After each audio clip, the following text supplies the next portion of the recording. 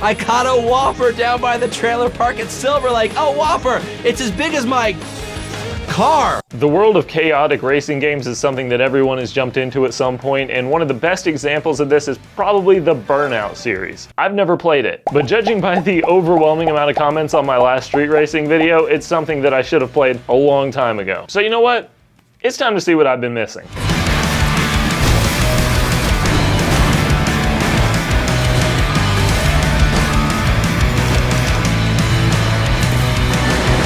The Burnout series is the product of Criterion games, being released shortly after the wave of tech demos that really didn't grab any mass market appeal. That's because before Criterion was a game studio, they were software developers. Starting as a subsidiary of Canon, yes, the camera company, they were a team focused on selling 3D rendering technology. Before gaming turned into the multi-billion-dollar industry it is today, there was more of a focus on packaging gaming as a utility or an experience rather than just a simple product you pick up and play. And Criterion's approach in the beginning was pretty similar. They had just finished creating Renderware, the game engine that ended up running everything from Grand Theft Auto to Battle for Bikini Bottom. But it didn't become the powerhouse that it was overnight. Criterion had to prove themselves. And that finally started to happen when they dropped Burnout in November of 2001. Unlike their previous games, Burnout was aiming to be a robust experience that not only showed off what the Renderware engine was capable of, but that it was also a fun-ass game. That was my expectation anyways. But unlike what gameplay of later titles might have you believe, the first Burnout is mostly just a try not to crash simulator.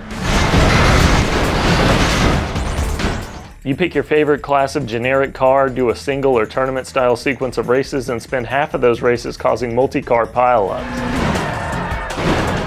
The racing itself is pretty fun. You have to reach checkpoints within the allotted time, and these checkpoints serve as a respawn point wherever you bail out. I really like this colorful aesthetic with the bold fonts. The tracks are laid out pretty nice, and the car physics are pretty good. Your tires will break traction, and oncoming traffic will attempt to weave out of the way, sometimes making for an even more unpredictable obstacle. Swimming in between double lanes congested with semi-trucks or taking blind corners can get really intense. This might actually be the first game that made me realize that the PS2 D-pad is pressure sensitive. This is a PS3 controller, but they work kind of the same way. And that pressure sensitivity definitely makes a difference here. I can't believe with all of the haptics and other technologies we have now in controllers, pressure sensitive buttons is something we just kind of threw out. Then again, Nintendo continues to ignore analog triggers and nobody seems to really care. The visual details are also pretty good too. Your suspension bottoms out on big hills, track design looks pretty good with notable details like raised curbs that you can drive over, and dirt gets kicked up whenever you go through it. You can even use your turn signal, look at that. I did notice that there's a lack of physics-based objects for you to play around with. There's no guardrails to toss into the air, light poles to knock over, or trees to uproot, which is a little bit of a strange omission in this genre. This is also a pretty basic game, all things considered. The music sounds like it came from a royalty-free audio library. There aren't a lot of modes to play around with or unlocks to earn here, outside of new tracks. Laps in the tournament mode take a long time to complete, and all of this makes for a package that feels like it would have worked better as a short arcade experience rather than a home console release, which is funny because that's actually the exact thing that inspired Burnout to begin with.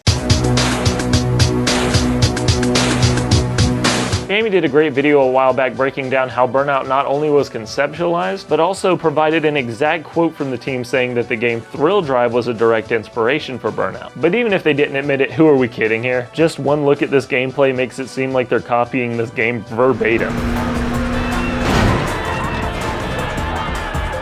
That being said, Thrill Drive was a Japan-only arcade cabinet game. Unfortunately, there was no console release for it, which is a damn shame because I think this game looks pretty cool. It has the most shameless trademark infringement that I've ever seen in a game's car designs. It has this dark, violent undertone that reveals itself with the more damage you cause, and it even has some cool police chases. This was a series of, I believe, 4 titles that never got a home console release, unless you count this third fan-made project that attempted to bring the game to the PS2 format. I know this isn't a Thrill Drive video, but I really just wanted an excuse to bring it up because it looks pretty cool. Anyways, as we know now, Criterion was only getting their feet wet with the first entry. Despite the arcade inspirations, the series would soon begin to form a style of its own. With the success of the first game bringing a taste of that chaotic arcade racing to the home consoles, it was quickly greenlit for a sequel. Being the appropriate trend at the time, we would of course see the release of Burnout 2 just a year after the initial release in September of 2002. Oh, how far we've fallen. Burnout 2 is the prime example of a sequel sequel giving us more of the same, but also making it significantly better. While on the surface it may look pretty familiar, Burnout 2 makes it very clear that it's a significantly improved experience from the very beginning. Before you start racing, Burnout 2 starts you off with what almost feels like a parody of a Gran Turismo license test. Drive on the wrong side of the road? This instructor's sounding a little sus. Burnout 2 is mechanically a much improved game this time around, introducing stacking points, drifting, and earning boosts that you can chain together by keeping up your score momentum. Considering just how simple Burnout 1 was, these little changes go a long way to making Burnout 2 feel like a proper game this time around. Not only are these fun additions to the gameplay, but they also dramatically increase the sense of speed and cut out the monotony of the lap time from the last game. Pacing feels a lot better this time around, with tracks that are not only faster to complete, but offer gameplay variety with more verticality, multiple paths, and obstacles to avoid beyond traffic. They also look notably better too, with more moving pieces that make the world feel more alive and a shinier coat of paint in the graphical department. The damage model has greatly been improved, with body panels that'll go flying off as your car tumbles into oncoming traffic or over a guardrail.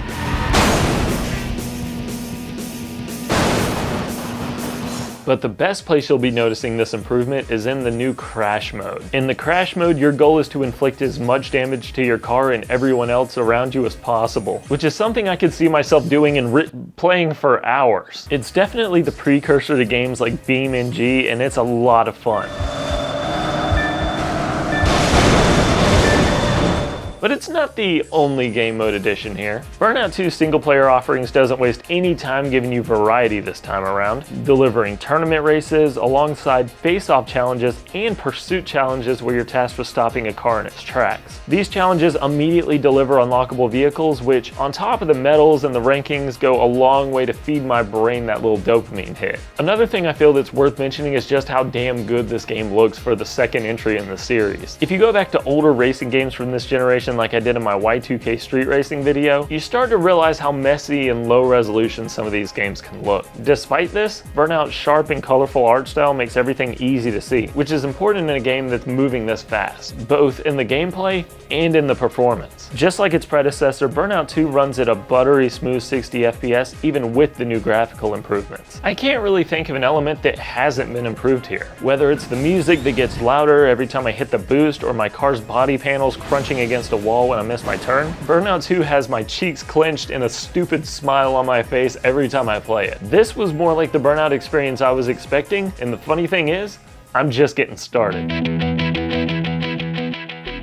With how good the sequel was popping off, there's no chance a new sequel wasn't on the way. But there were a few things going on around this time that would make things a little more interesting. As a surprise to probably nobody, Canon was a little more interested in selling cameras than video games. So they decided to shop around for a subsidiary buyer before landing on EA Games, who would eventually purchase Criterion and all of the assets with it for a bargain price of $68 million. While this would probably sound like it was a good deal for Criterion at the time, the effects of this deal would span far beyond simply purchasing a game studio. EA was now the sole owner of both Criterion and the renderware engine. The engine powering pretty much the entire generation of games from every studio at the time. So of course, EA, being the good sport that they are, decided to deny any license renewals for the renderware software from its competition, essentially sending shockwaves through the industry that the effects of can still be felt today. If this acquisition had never happened, it's very possible that Rockstar would have never created the Rage engine, and Epic Games probably wouldn't have the worldwide adaptation to the Unreal Engine of today. Now just imagine if Epic decided to pull the plug on that, similar to what EA did.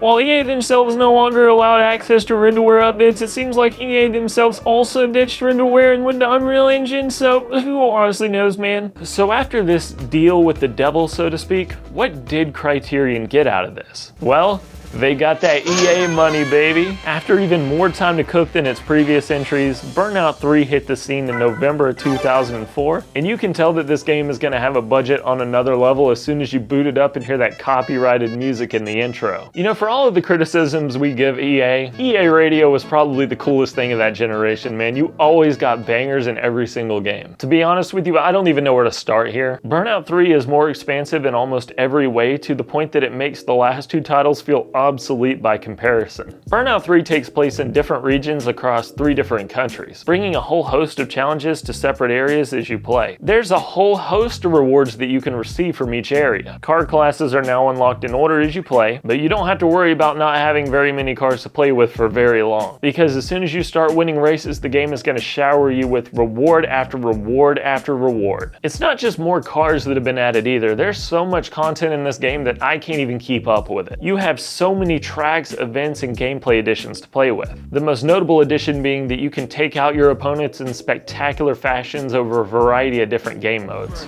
But hey, at least someone scored a takedown.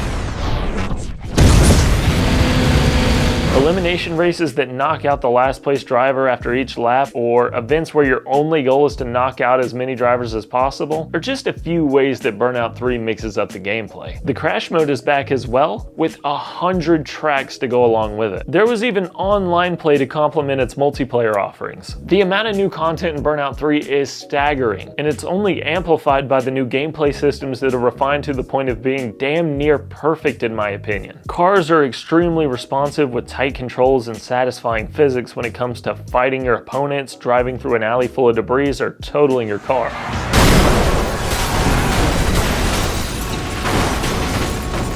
There's a score, combo, and a special medal for just about everything you do, and Burnout 3 will keep track of it through your entire race. This is the only game that I can think of that both rewards good driving and encourages crashing, which is good because you'll be doing a lot of it.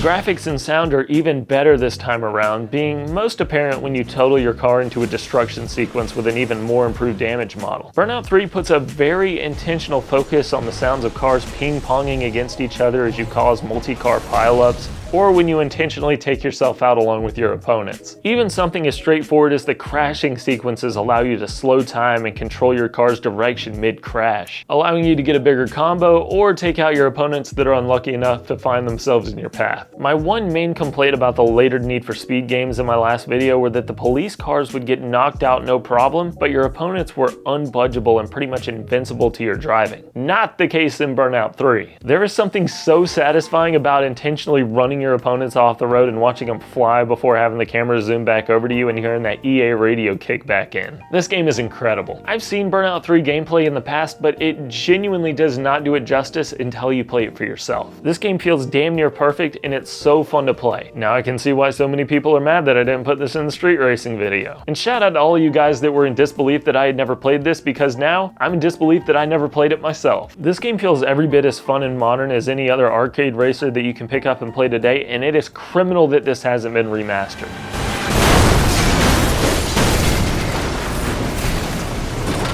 EA, why have you been sitting on this game for over 20 years now? What are we doing? Even if they only had to rework the music, despite having plenty of money for it, it's not like they have a bunch of car branding licenses to worry about. There's been plenty of examples of older games that have seen the remaster treatment in recent years. I can't imagine that it's that hard to do. And I can't imagine that it gets much better than this. But you know what?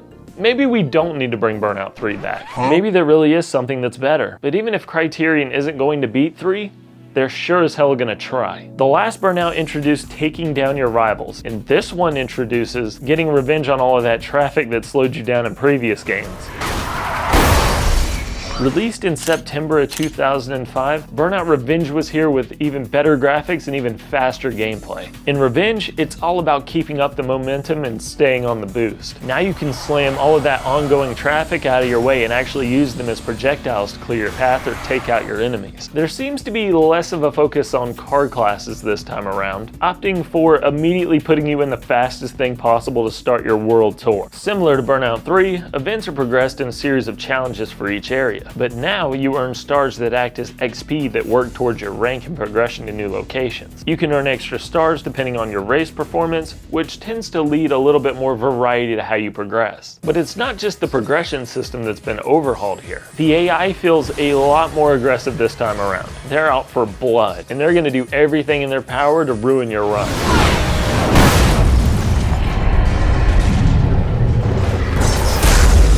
Just like the dumpsters in this game that are apparently invincible.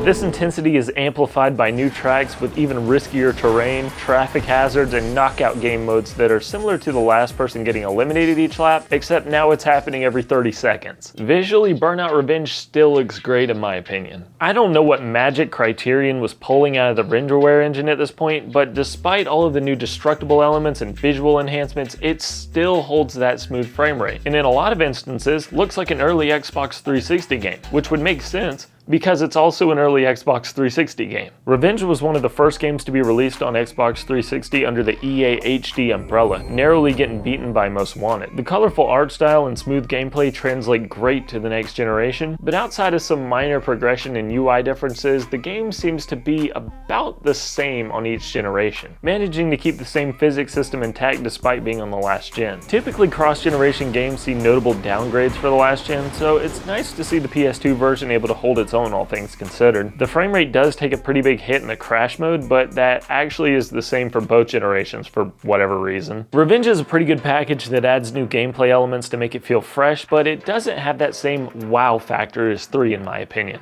It's a good game, but with only a year to develop it, the team could only iterate so much. Sometimes you need a longer break in between games to make an incredible experience, and in between that time, you have plenty of room for spin-offs. Like a lot of popular video game series, Burnout would see a select number of spin-off titles, and this is where things get a little more interesting than you might expect. Just a few days before the release of Revenge, we also got Burnout Legends on the PSP and the DS. So whether you only had a handheld or you just wanted to take Burnout on the go, you now had this portable option. Now, Criterion has been able to work a lot of magic on the renderware engine up to this point, but could they really bring that console quality experience to a handheld in 2005? Well, to answer that, we're gonna have to have two different conversations, but let's start with the PSP. Burnout Legends takes elements from the first 3 games and brings them together in a package that's easy to pick up and play. There's no traffic shoving in Legends, but the aggressive opponents are back and knocking them outwards just like you'd expect.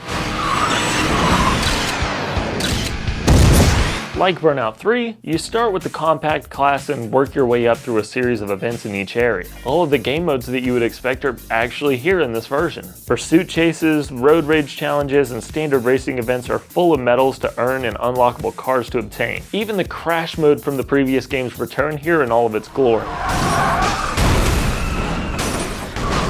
and actually working perfect for the portable platform in my opinion. As far as I can tell, Legends is running on the same engine as its console counterparts, albeit with some pared back visuals. This time around the frame rate is actually cut in half, but the controls are responsive and it still feels fun to play. Between running the same engine, having the same content, progression rewards, and even multiplayer offerings, it really feels like they were successful in bringing that console experience to a portable platform. Nowadays, we have the ability to play almost anything we want on the go, but back in 2005, this was an experience that wasn't all that common. The kind of game that was more common to see was what we got with the DS version. Developed by Visual Impact, this is the first game to not be developed by Criterion. It follows the same theme and format as the first game, but things start to change as soon as we get a look at the 3D rendering. Legends on the DS is more of a demake than a port in my opinion. The levels and gameplay look familiar to the other game, but the gameplay itself is a different story. The cars move with almost no regard to physics. Trying to drift or slam into opponents leaves me rapidly zooming all over the track in a way that feels completely unnatural and more like I'm playing a Game Boy Advance game. If I do manage to hit an opponent, it's kind of hard to tell where I'm actually hitting them because my car clips through them and it doesn't really affect my speed or the direction I'm traveling at all, leaving it feeling really jank. I also found myself hitting traffic that felt like I should have been missing, almost like the hitbox was bigger than the car. And oh my god, the background music that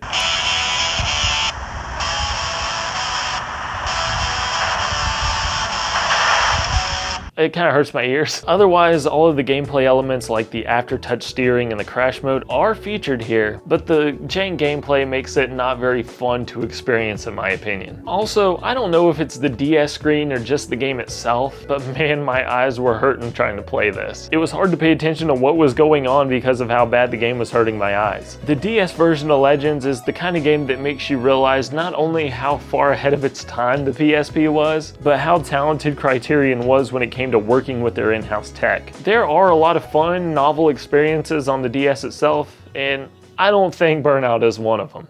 It is an interesting spin-off, but it's not the only one. In 2007, EA UK brought us Burnout Dominator, the second game to technically not be developed by Criterion themselves. This time, however, the DS version was omitted from this release, instead opting for a dual release on both the PS2 and PSP. So maybe in this instance we can canonically consider the PSP a portable console. Well, let's see how this game plays first. So Dominator lives in a little bit of a weird place considering it was developed by somebody else and the previous game actually came out on next-gen consoles. Or just the 360 rather. Yeah, I don't think they quite had the PS3 thing figured out yet. But my best guess is that it was one of those PSP games that they figured they might as well drop on the PS2 as well. Despite this, the visuals still look pretty good. The progression is about the same as the previous games, albeit with a seemingly smaller scope. The track list is smaller, the popular crash mode is absent, being replaced with a high score challenge, and it feels like there's less variety to bounce around in during the world tour. But it may also feel that way because of the simplistic UI. When we jump over to the PSP version, the frame rate is of course cut in half and the visuals are pared back, but otherwise still looks surprisingly close to the PS2 version. Probably because it was designed for the PSP in the first place.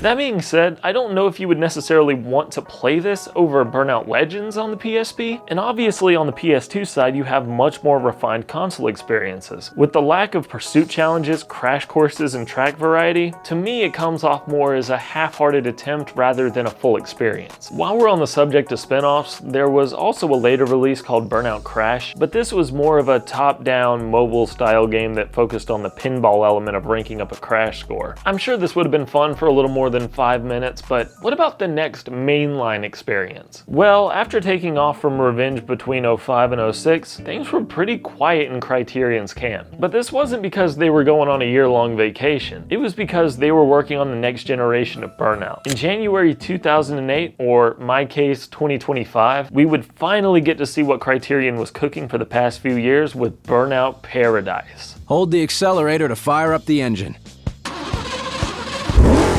This time around, Criterion would do what all of the other big players in the game were doing at the time and bring Burnout to the open world. The driving physics have a little bit more of the Simcade style this time around, giving each class a uniquely weighted feel that changes both the benefits and gameplay of each vehicle class. Each class earns and uses boost a little bit differently. Big vehicles can earn it by knocking out opponents, and small cars can chain boost together with the Burnout system from previous games. And of course, the destruction physics are even more detailed this time around, showing each panel of your car crumbling in slow motion when you wreck, and even letting you drive away with the damage if you don't total it.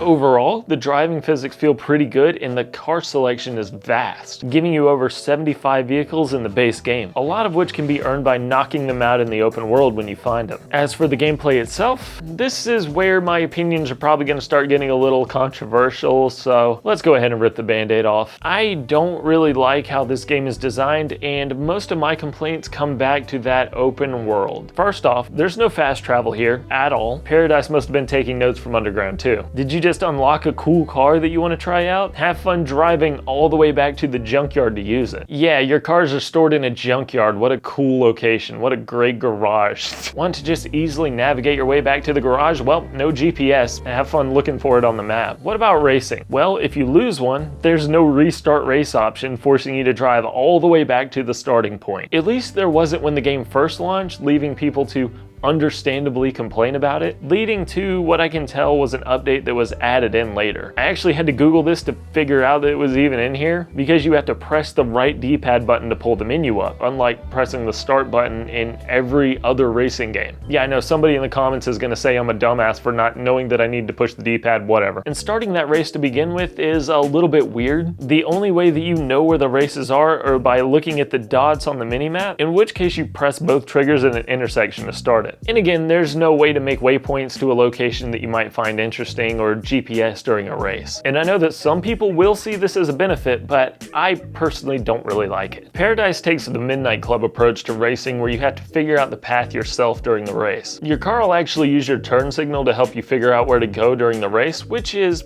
cool when it works, but between the mini-map design and the road layout, I found it really easy to get my paths mixed up. And then some things are just weird, like using repair stations to fix your vehicle, or the crash mode being replaced with this showtime event that you can trigger at any time by pressing the shoulder buttons.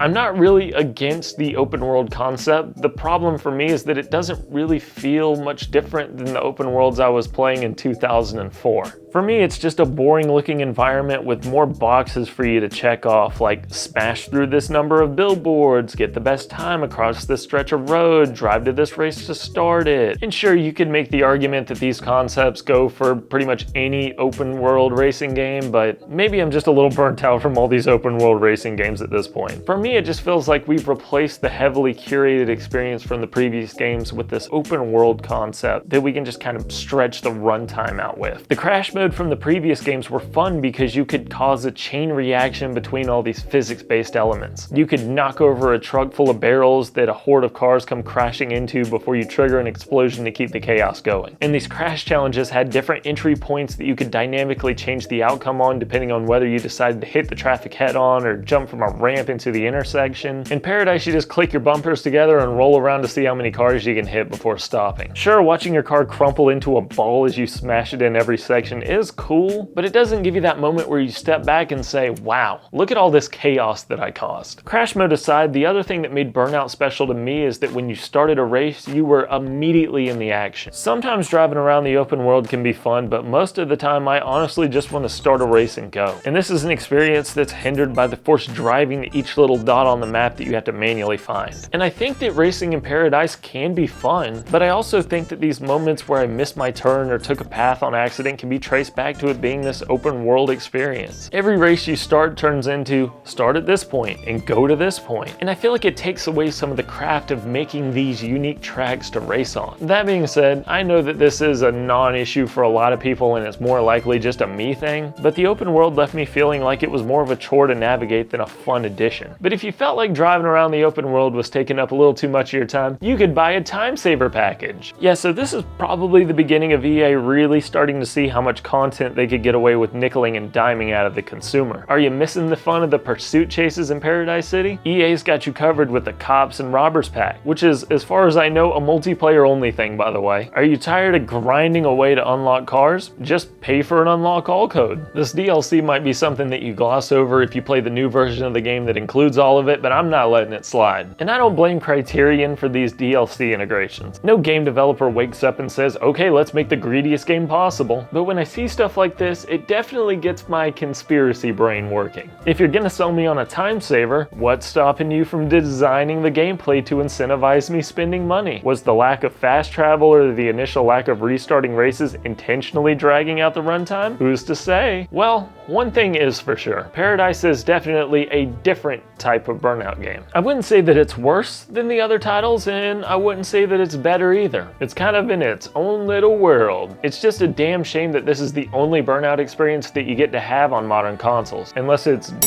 with Xbox backwards compatibility. With the recent example of games on older engines getting the remaster treatment, I can't believe that we haven't seen a Burnout Collection remaster by now, or hell, a new game altogether. But you know as well as I do that in this current market, they're probably not interested in making it unless it's an open world live service, and even then, Need for Speed will get the priority, let's be real here. It really sucks to see unique fun experiences like this get left behind. That being said, if you do want to check out Paradise specifically, I believe it's on all modern platforms as Paradise Remastered, and I think it comes with all of the DLC. But me personally, I'll be waiting on that Burnout III remaster. This was a really interesting look at a series that I can't believe I haven't played until it flooded my comment section, so I really have you guys to thank for checking it out. Just like I gotta thank the channel members for supporting this video. Big shout out to Exeat, Not a Clown 2, Joking Bomb, and Scott for supporting the channel as always. And to anybody that has more experience with the series than me, feel free to share any of the special memories or details from the series that I missed. Or just let me know what I should cover next. Or